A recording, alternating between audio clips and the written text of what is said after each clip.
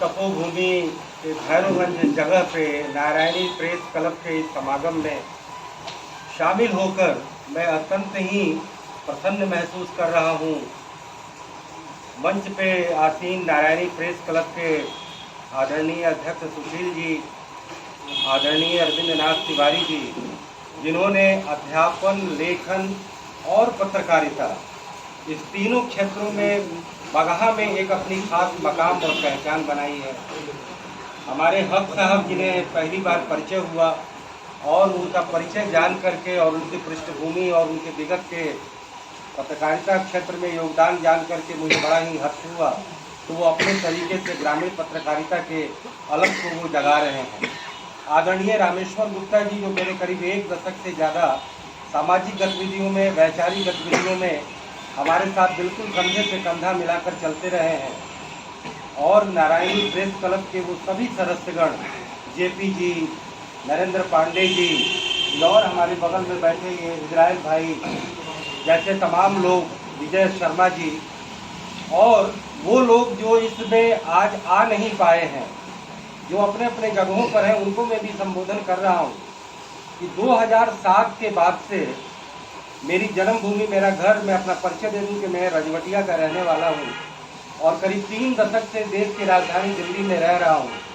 हमने वहां पर पत्रकारिता की पढ़ाई भी की, पत्रकारिता का प्रोफेशन भी किया, लेखन कार्य भी किया, और देश, समाज, राज्य की तमाम गतिविधियों में अपने तरीके से मैं अपना योगदान देता रहा हूँ।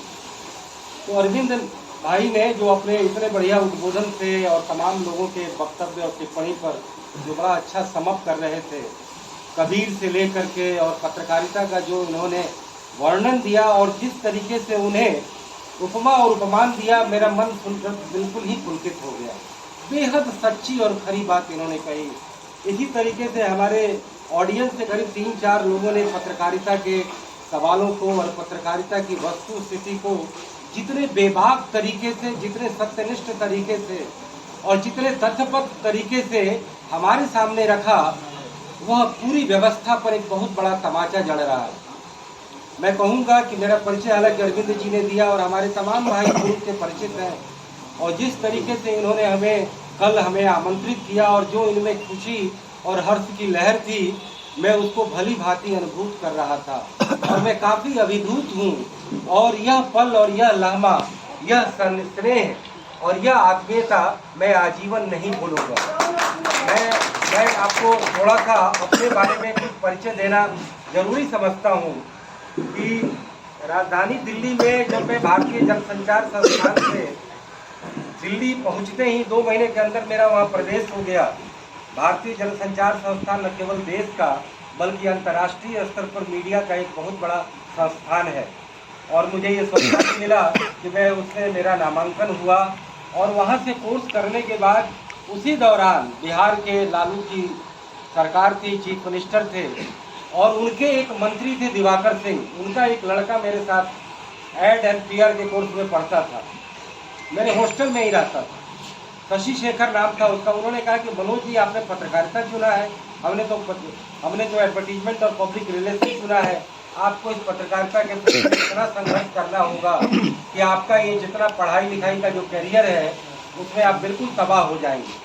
मुझे इस बात की कोई परवाह नहीं थी, क्योंकि एक पत्रकारिता को लेकर के दीवानगी थी, एक कहीं न कहीं एक जज्बा था कि देश, समाज और व्यवस्था को लेकर के अपनी बातों को बड़ी दृढ़ता के साथ, पूरी निर्भयता के साथ और निष्पक्षता के साथ मुझे कहने का मौका मिलेगा। और उसके बाद कारवां चलता गया, तमाम बाधाएं आई, अवरोध आया, क्योंकि हमें इस बात को मानना पड़ेगा कि हम मीडिया कर्मियों के मन में एक सवाल बराबर ही अंतर विरोधों से गुजरता है कि पत्रकारिता हमारे लिए मिशन है या प्रोफेशन है। अरे भैया, दुनिया में हमारे गांधीवादी रामेश्वर गुप्ता जी बैठे हैं, ये गांधी जी को बहुत जानते हैं। गांधी जी जिन्होंने दुनिया का एक इतना बड़ा आंदोलन किया, कई सारे आइडियोलॉजी और थ्योरम लेकर के आए, सत्य और अहिंसा का मार्ग एक तरह से उन्होंने खोला, वह भी आजीविका करते थे। साउथ अफ्रीका के वकालत प्रोफेशन में उन्होंने करोड़ों कमाए, 80 एकड़ का तो फिनिक्स में उन्होंने आश्रम खरीदा।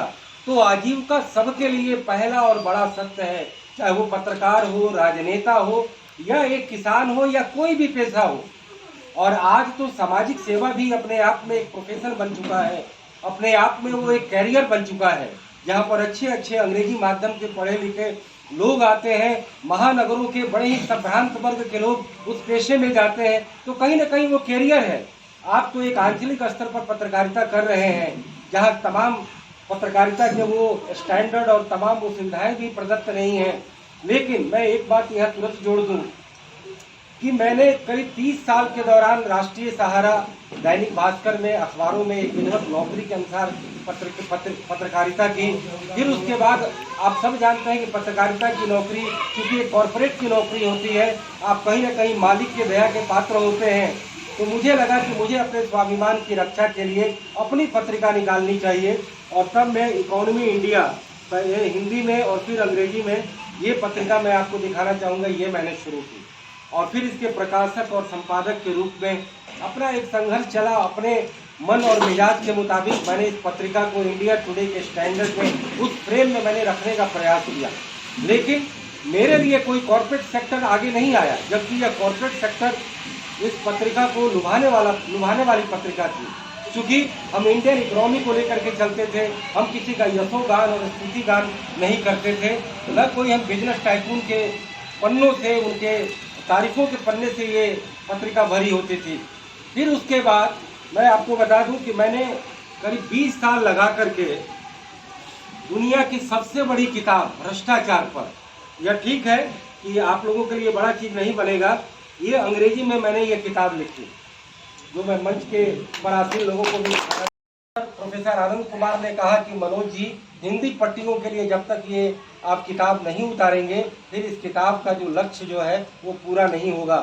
धन्य हो कि कोरोना काल में वो समय मिला और ये किताब हिंदी में भी अब आ गई आपके सामने। भ्रष्टाचार के लिए ये किताब कहीं ना कहीं पूरे सिस्टम की स्कैन करती है, न कि किसी राजनीतिक गुट के फेवर में और न ही किसी राजनीतिक गुट के विपक्ष में। यह किताब लिखने का काम करती है जो आजकल अखबारों में और तमाम मीडिया में हुआ करता है। और देश के नामचीन मीडिया कर्मी जो बड़े बड़े चैनलों और बड़े बड़े अखबारों से जिनका बैनर बड़ा उभरा, हमारे चंपारण के भी हमारे ही छोटे भाई, मेरे संस्थान से पढ़े रवीश कुमार हो या सुधीर चौधरी हो, वह भी मेरे ही संस्थान के पढ़े मेरे जूनियर ही हैं। और उसके अलावा अर्नव गोस्वामी हो या राजदीप सरदेसाई हो, कहीं ना कहीं उनकी पत्रकारिता एक न एक खंभे की तरफ चली जाती है, जो बड़ा ही दुर्भाग्य का विषय है। मैं ये कहना चाहूँगा कि मीडिया कर्मी यह कभी न माने कि वह भारतीय जनता पार्टी का समर्थक है तो वह कांग्रेस पार्टी का समर्थक है, तो वह राइट आइडियोलॉजी का समर्थक है, तो वह लेफ्ट आइडियोलॉजी का समर्थक है। तो करप्शन पर किताब लिखने के बाद हमने जो है पूरे देश की व्यवस्था में कैसे बदलाव हो, चाहे वो पुलिस हो, जुडिशरी हो, NGO हो, ब्यूरोक्रेसी हो, पॉलिटिकल पार्टी हो, देश में राजनीति में शुद्धिकरण लाना हो, समाज में बदलाव लाना हो, प्रशासन को जनहितैषी बनाना हो, इन सब चीज़ों को लेकर के फिर मैं ये किताब लिखी, dialogue on system change and initiative to make a new India. आप लोगों सबको लोगों को दिखाना जरूरी है। और यह किताब हिंदी में भी आ चुकी है। तो कुल मिला करके जो वैचारिक परिवर्तन, जो एक कहा जाता है इंटेलेक्चुअल रेवोल्यूशन का काम हमने लिखित रूप में, जो हमारा पेशा है, जो अरविंद जी का पेशा है, सुशील जी का पेशा है, हक साहब का पेशा है, या हमारे बगल में इजराइल भाई का पेशा है, उसी पेशे का मैं भी बिलोंग होते हुए मैंने ये अब काम पूरा कर दिया है। और फिर अब समाज में उतरने की बात है। लेकिन दोस्तों, आज का मौजू वो नहीं है, आज का मौजू मीडिया है। तो मैं बता दूं कि जब मैंने 1992 में पत्रकारिता शुरू की, मैंने नौकरी ज्वाइन भी नहीं किया था, तभी मुझे इस बात का अंदाजा और अंदेशा लग गया था कि जो वर्ग दुनिया के तमाम 1994 में ही ये भारतीय युवा पत्रकार संगठन की स्थापना एक युवा पत्रकार के रूप में की। और यह जो इसकी एक सुवेनियर है, इसमें मीडिया के तमाम सवाल, चाहे वो बड़े सवाल हो, छोटे सवाल हो, स्थानीय सवाल हो, उसको लेकर के पूरे वैचारिक थॉट प्रोवोकिंग लेख इसमें भरे पड़े हैं।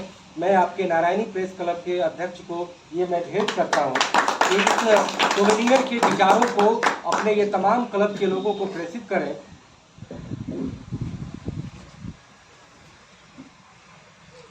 तो दोस्तों, मैं ये कहना चाहूँगा कि सवाल आज का मौजूद मीडिया है। हमारे 3-4 भाइयों ने इतनी अच्छी बातें कही, लगा कि मेरे मन की बात उन्होंने छीन ली और इसका वर्णन किया। तो इसमें कुल मिलाकर के हम प्रशासन को दोष दें, पॉलिटिकल पार्टी को दोष दें, नेताओं को दोष दें, या तमाम सरकार के अलग अलग अंग हैं उनको दोष दें, क्योंकि मैं आपको बता दूं कि न्यायपालिका भी पत्रकारों को बहुत अच्छे सम्मान की नज़र से नहीं देखती है। उन्हें कहीं न कहीं संविधान का दर्जा मिला है तो अहंकार से वो एक तरह से पूरे चूर्ण होते हैं। उन्हें लगता है कि हम तो भगवान हैं।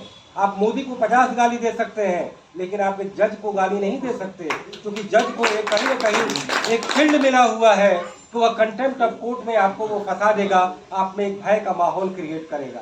बाकी पुलिसिया राज की बात करें तो वो ब्रिटिश काल में जो पुलिस का जो चाल चेहरा चरित्र था वो आज भी कायम है। हर सरकार के लिए पुलिस उसका दुलारू पूत होता है, और वह सरकार का व्यक्ति जब हार कर विपक्षी पार्टी के रूप में आता है तो पुलिस उसकी एक तरह से वर्ग शत्रु बन जाती है।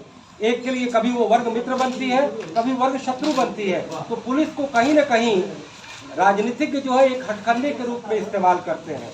तो कुल मिलाकर के हमारे मीडिया का जो सबसे बड़ा सवाल है, जिसका जो ओरिजिन है, जिसकी की क्या वजह है, जैसे कि हमारे कई भाइयों ने कहा कि पत्रकार की बात नहीं सुनता। क्यों नहीं सुनता?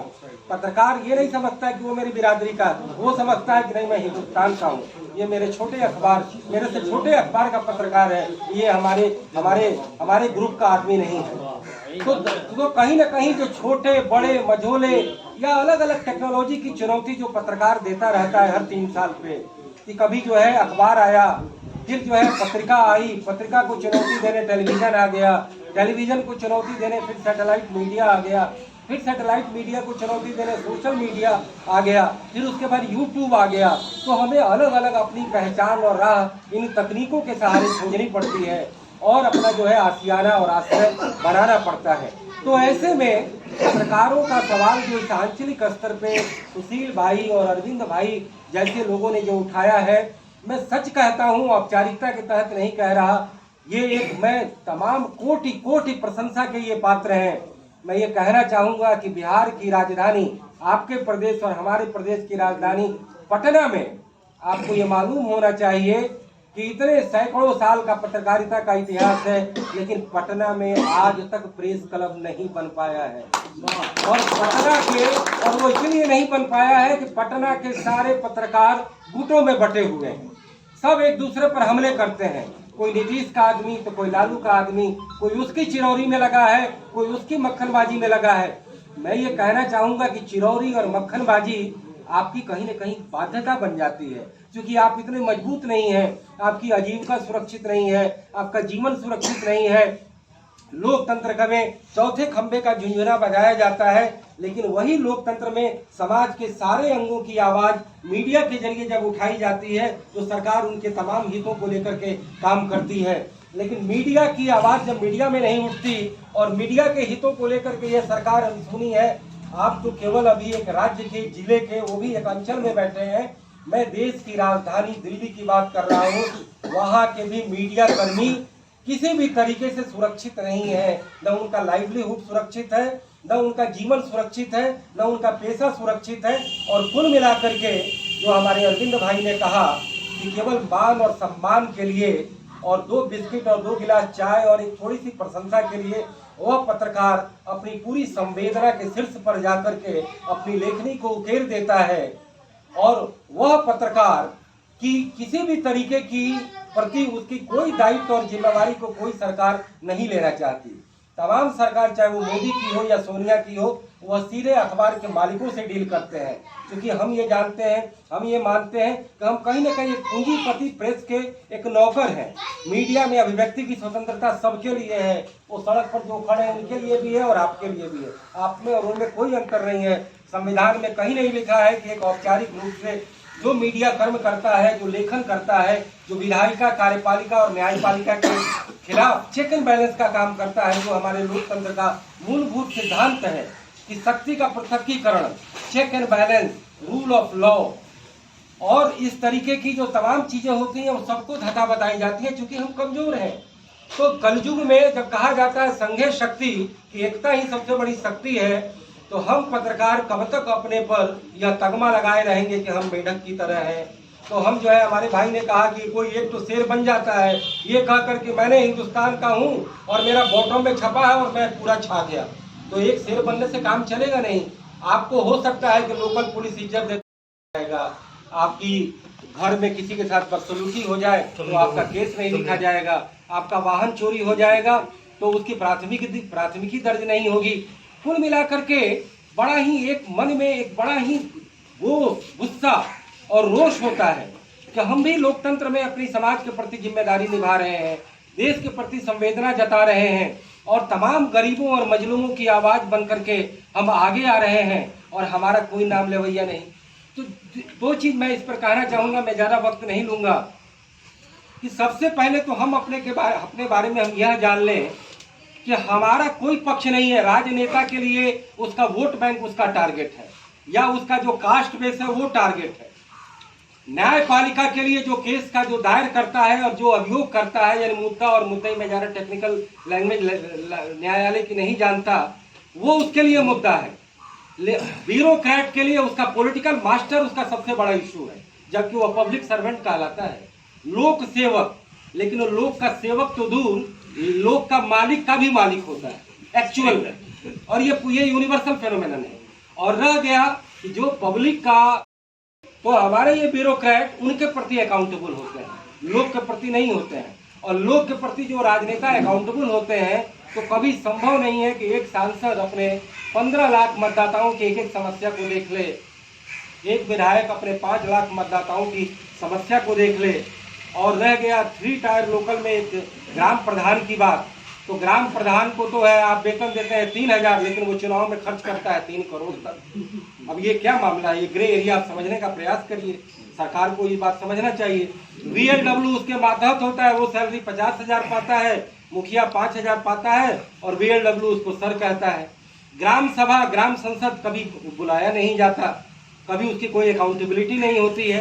तो हमारे सिस्टम में जितने दोष हैं, जितनी कमी है, उसके लिए तो ये किताब लिखा जा चुका है। मैंने इसकी केवल एक वानगी बताई, लेकिन मीडिया के जो सारे सवालात हैं उसमें आपको यह मानना होगा कि आप समस्त जनता के पैरोकार होते हैं। कोई समस्त जनता का पैरोकार नहीं होता। राजनेता का वोट बैंक, न्यायपालिका का जो है वो पुलिस और ब्यूरोक्रेट का जो है उसका पॉलिटिकल मास्टर, लेकिन केवल आप जनता की असली सेवक हैं। और आप जनता के पास जाइए तो वो जनता भी आपको वो इज्जत नहीं दे रही। जैसे कि वो एक भाई कह रहे थे, एक ऐसा पत्रकार हुआ एथी पर आलू भंटा सेम और कौन कौन की भूजा और पकौड़ी वाला जैसा उपमा सुनाई देता है। कितना दुख होता है, कितना झटका लगता है। और हमारे कई पत्रकार कहते हैं कि वो तो पत्रकारिता नहीं करता, उसका नौकरी करता है। अरे कैसा कंफ्यूजन है, नौकरी क्यों ना करे? आजीविका सबसे पहला सत्य है। और लेकिन मैं बस 2 चीजें और कहूँगा, एक नसीहत के तौर पर आप लें कि आप जितने भी लोकल अफसरों से, अधिकारियों से, विधायकों से, सांसदों से, राजनेताओं से जो आपका साबका पड़ता है, तो आप इतना कष्ट झेल ही रहे हैं, इतना त्याग कर ही रहे हैं, आप उन्हें कभी भी प्लीज सर मत बोले। थाना प्रभारी जी कह सकते हैं, SDO साहब कह सकते हैं, कलेक्टर साहब कह सकते हैं, विधायक जी कह सकते हैं, काइंडली आप लोग सर कह करके कभी उनसे बात करें। ये अगर आपके लिए आपको लगता है कि हम कुछ है, आत्मसम्मान है और तो कुछ है नहीं भाई। उनको आजकल अदरक 84-40 पाता है, आप 40,000 मंथ में कमा लें तो आप सोचेंगे क्या कहाँ से इतना इनकम हो गई। और सवाल ये है कि ठीक है कि सबका डिफाइंड पैसा नहीं है, सबके पे सैलरी नहीं है, अपने अपने तरीके से। मैंने तो बड़ी ही क्रांतिकारी बात की है अपने किताब में। मैंने तो लिखा है कि जब आप कंपनी के मालिक को जब ऐड देते हैं तो न्यूज ऐड हो जाता है, और एक न्यूज के एवज में अपना मेहनताना अगर कोई पत्रकार लेता है तो वो बड़ा उसका बदनाम रवैया अपना दिया जाता है। तो आप डिफाइन करिए हर चीज़ को। मैंने तो ये लिखा है कि सरकार के जितनी स्कीमें हैं, जितने फंड हैं, जितनी योजनाएं हैं, उसका 2% राशि आप तय कर दीजिए कि हम मिडिल मैन को देंगे, वजीफा देंगे, इनाम देंगे, प्रोत्साहन देंगे। 98% पैसे की बचत हो जाएगी। लेकिन सरकार की कोई योजना में 2 पैसा भी नहीं लिखा जाता है कि आप इस पर खर्च कर लें, उस पर कर लें, लेकिन 98 पैसा टेबल के नीचे से घोटाला हो जाता है। तो हर चीज का एक नियम तौर तरीका आप नहीं बनाएंगे, क्योंकि सबकी आजीविका है, सबका मेहनत है, सबको पारिश्रमिक, पारितोषिक और प्रतिदान देना है। तो उसको लेकर के एक सिस्टम बनना चाहिए। हमारे पत्रकर्मियों के लिए जो स्थानीय स्तर पर है, चलिए तो घर का भी काम कर लेते हैं और अपने पैसे के प्रभाव से कुछ पुलिस से काम करा लेते हैं। मैं इसे कोई बड़ी चीज नहीं मानता, ये बड़ी छोटी चीज मानता हूँ। जैसा कि बाकी तो सारी चीजों ने बारे में अर्जुन जी ने कही दिया है। एक पत्रकार वैरागी भी होता है, कबीर की तरह क्रांतिकारी भी होता है, और कुल मिलाकर के संवेदना से बिल्कुल लबरेज होता है। लेकिन हमारा चरित्र, हमारी नैतिकता, हमारा स्टैंडर्ड और हमारा व्यक्तित्व ये हमारे हाथों में है और ये पर्सनल चीज़ें हैं। मैं इसके बारे में उपदेश नहीं दे सकता कि उन्होंने अपना स्तर गिरा लिया है और उन्होंने अपना स्तर बढ़ा लिया है। ये आपका निजी मामला है, ये आपके निजी आपके मतलब कि पसंद का मामला है कि आपको क्या पसंद है, सम्मान किस तरीके का पसंद है और किस स्तर पर आप समझौते कर रहे हैं। लेकिन ये बात जरूर है कि पापी पेट का सवाल है। लेकिन पापी पेट का सवाल तो बड़े बड़े धनाढ्य भी ये वर्ड यूज करते हैं जिनके पेट भरे होते हैं और सबसे ज़्यादा भ्रष्टाचार वो कर रहे होते हैं। आप तो एक मान लीजिए कि दिन की एक 500 या 1000 की आजीविका के लिए संघर्ष कर रहे हैं, तो चलिए पापी पेट का सवाल आपके लिए सूट करता है। क्या एक IAS के लिए सूट करता है क्या, जिसके पास 50 करोड़ रुपए मंथ में खर्च करने का राइट मिला? ठीक, उसकी सैलरी 2-2.5 लाख मिलती होगी। अरविंद जी तो चलिए अध्यापन में भी है, इनको तो सैलरी नहीं मिलती है। लेकिन मैं जानता हूँ कि इस देश का सबसे निकृष्ट तबका यूनिवर्सिटी का प्रोफेसर है, जिसके लिए हमेशा कोरोना काल होता है, कभी नहीं पढ़ाता। 3 लाख सैलरी उसके अकाउंट में जाती है। हमारे आर्मी जनरल को नहीं मिलता 3 लाख, हमारे IAS को भी नहीं मिलता, लेकिन प्रोफेसरों को मिलता है। क्या आपका मेहनत, प्रतिभा और योग्यता उन प्रोफेसरों से कम है? अरविंद जी नाराज नहीं होंगे क्योंकि ये मूलतः पत्रकारी है। हाँ, उसी के लिए जूझ है। तो क्या आपका प्रोफेसर के बराबर का वेतनमान और मानदेय सरकार को नहीं तय करना चाहिए? क्या मोदी हो, क्या जोगी हो, या क्या विगत की सरकारें हो, या क्या नीतीश कुमार हो, पत्रकारों के खिलाफ इनका वही रवैया होता है, चाहे वो किसी भी सरकार के खिलाफ हो। इन्हें ये लगता है कि हमारे शासन काल में हमारे अश्वमेध के घोड़े को यह रोकने वाला काम करता है। अरे लोकतंत्र ने उसको अधिकार दिया है, वो भी पूरा अधिकार कहाँ दिया है? वो तो कभी विज्ञापन के लिए समझौते कर लेता, कभी नौकरी बचाने के लिए समझौते कर लेता, कभी अपने अखबार मालिकों को सरकार के लोगों के साथ मीटिंग कराने के लिए समझौते कर लेता। तो कुल मिलाकर के मैं अंत में बताना चाहूँगा कि मैंने चूंकि भारतीय युवा पत्रकार संगठन बनाया था, तो मीडिया के तमाम सवाल मेरे दिमाग में गूंजते रहते थे, लेकिन वही मेढक तोड़ने की समस्या मेरे साथ भी है। लेकिन मैं अपने जीवन का तमाम मिशन में एक मिशन मैंने ये तय किया है कि पूरे देश में घूमूंगा और हर अखबार कर्मी, मीडिया कर्मी से मीडिया को संवैधानिक दर्जा दिलाने को लेकर के मेरे ये जो जीवन का एक मिशन है, वो मैं उनका हस्ताक्षर अभियान लूँगा, जन जागरण करूँगा, पब्लिक ओपिनियन बनाऊंगा और देश में जितने पत्रकार संगठन हैं सबको मैं हाथ जोड़ करके विनती करूंगा कि कृपया एक मंच पर आइए और अपने इस आश्रय को एक नया जो है आशियाना दे दीजिए कि संविधान में आपको भी वही दर्जा मिले जो विधायिका को, कार्यपालिका को, न्यायपालिका को मिला है। जब मीडिया को वो दर्जा मिलेगा तो जरूरी नहीं कि हमारे लिए सरकार पैसे देगी। वकील को सरकार पैसे नहीं देती, जज को देती है, लेकिन वकील करोड़ों की फीस लेता है। आप जो है किसी को अगर 100 रुपया दे दे तो कोई तुरंत आपको बदनाम कर देगा। बड़ा सुनकर झटका लगता है कि इनको जो है 100 रुपया दिया तो खबर निकाल दो। तो कहने का मतलब है कि इस चीज को बनाइए कि आजीविका सत्य है, एक बहुत बड़ी वो है, लेकिन गरीबों के, मजलूमों के और व्यवस्था की विरूपता के खिलाफ अगर आप कोई स्टोरी करते हैं तो वहाँ भेदभाव मत करिए। वहाँ ये मत करिए कि ना स्टोरी चलाए भाई स्टोरी ना चलाए, भाई स्टोरी छिपाए भाई स्टोरी उभारे। इसको एक बराबर ट्रीट करिए और अपने सम्मान को हर हाल में बनाए रखिए। और कहीं भी अगर आप अपनी आजीविका का कोई प्रबंध करते हैं तो उसको डंके की चोट पर कहिए, ये मेरी आजीविका है, हमने कोई टेबल के नीचे कोई डील नहीं किया है। और पत्रकार एक डील ही क्या कर सकता है? अगर पत्रकार कुछ थोड़े बहुत डील करते हैं तो वो मेरा विषय नहीं है।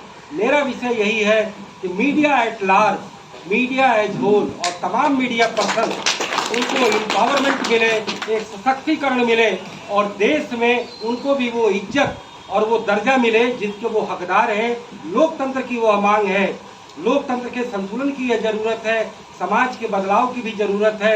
और हमें लगता है कि न्यायपालिका के बिना ये सिस्टम चल जाएगा, लेकिन मीडिया, चाहे वो कोई भी मीडिया हो, टीवी हो, वेबसाइट हो, प्रिंट हो, अखबार हो, मैगजीन हो, उसके बिना ये समाज नहीं चल सकता। चूँकि हम एक सुधी प्राणी हैं और मीडिया और साहित्य, लेखन और पत्रकारिता के बिना यह पूरा समाज वैसे ही एक तरह से निकृष्ट हो जाएगा, वैसे ही आदिम युग में चला जाएगा, जिसके बारे में हम विचारधारा को तिलांजलि देकर केवल मीडिया की विचारधारा को अपनाइए कि हर सच को हर जो है जुल्म और शोषण के खिलाफ आवाज़ उठाएंगे। न जाति का भेदभाव, न धर्म का भेदभाव, न प्रांत का भेदभाव, न कोई ऊंच नीच का भेदभाव, और अपने संबंधों के आधार पर संबंध बनाएंगे, लेकिन सत्य के साथ कोई समझौता नहीं करेंगे, अपने सम्मान के साथ कोई समझौता नहीं करेंगे, और अपनी समुचित आजीविका का भी निष्पादन करेंगे।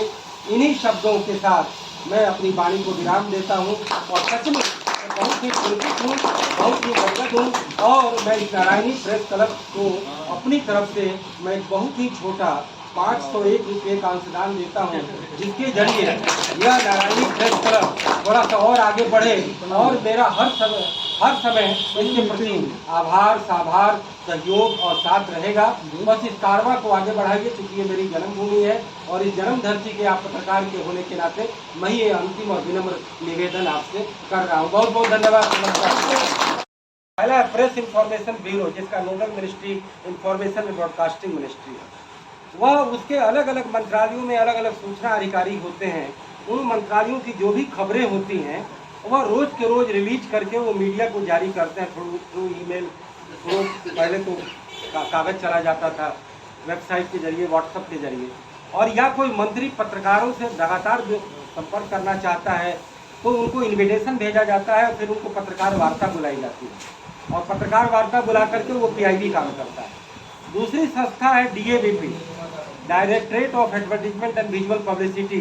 DAVP का अब नाम बदल गया है, नेशनल ब्यूरो ऑफ कम्युनिकेशन नाम हो गया है मोदी सरकार ने।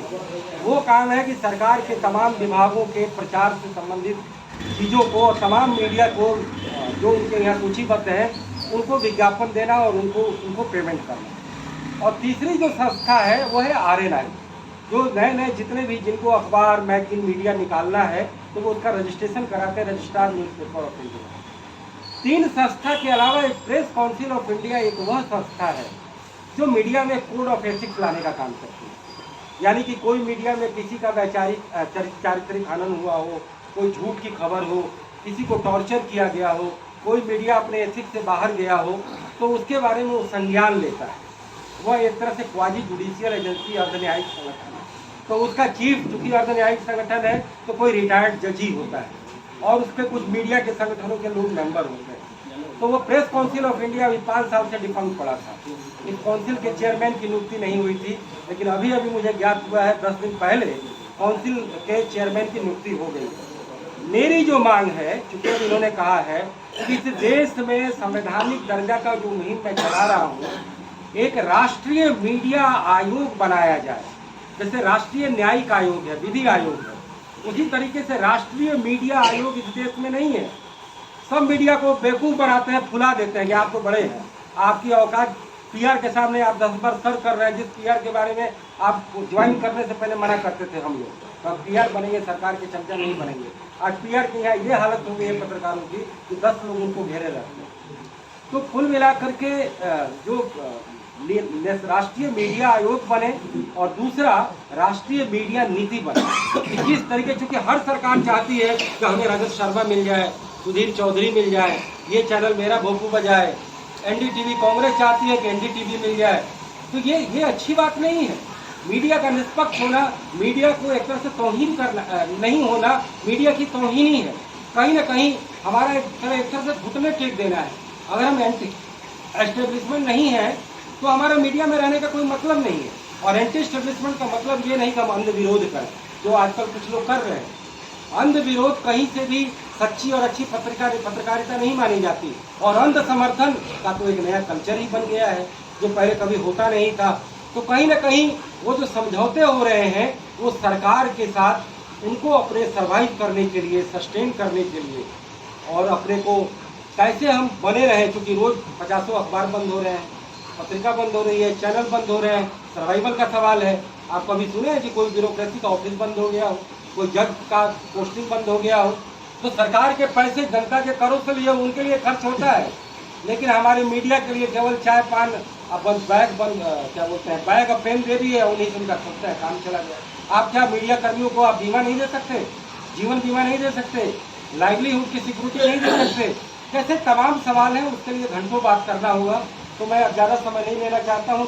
मुझे लगता है कि जो मुझे बताया गया मैंने, भैया हम लोग मान लीजिए कि चौथे स्तंभ है, इसमें कोई बुराई नहीं है, लेकिन अगर किसी तरह का हम लोगों के ऊपर भी FIR होता है तो न्यायपालिका भी हम लोगों को मदद कहाँ नहीं करती है, नहीं करती है, न्यायपालिका भी नहीं करती है। न्यायपालिका नहीं करती। वो भी तो जेलों में IAS का चेहरा उड़ जाता है, चेहरा उड़ जाता है। चेहरा उड़ जाता है। उसे लगता है कि कहाँ से आ गया हमारे दाल भात में जो है मुसलचंद बनकर। ये बात है। तो इसको लेकर के पूरे देश में भयंकर, मैं उनको व्यक्तिगत रूप से अच्छे से जानता हूँ, तो इस तरीके का हरकत करते हैं वो तो निंदनीय है। लेकिन फंडामेंटल राइट है सबको अपनी आजीविका प्राप्त करने का और सम्मान के साथ अपने पैसे को संचालित करने का, क्योंकि हम उन मजलूमों की आवाज़ उठा रहे हैं, न कि यहाँ के बड़े बड़े जमींदारों और धंधा सेठों की आवाज़ उठा रहे हैं। तो इसीलिए ये संविधान में ये प्रोटेक्शन हमें मिलना चाहिए, जो प्रोटेक्शन दुर्भाग्य से हमें नहीं मिला हुआ है। हम तो यूनियन से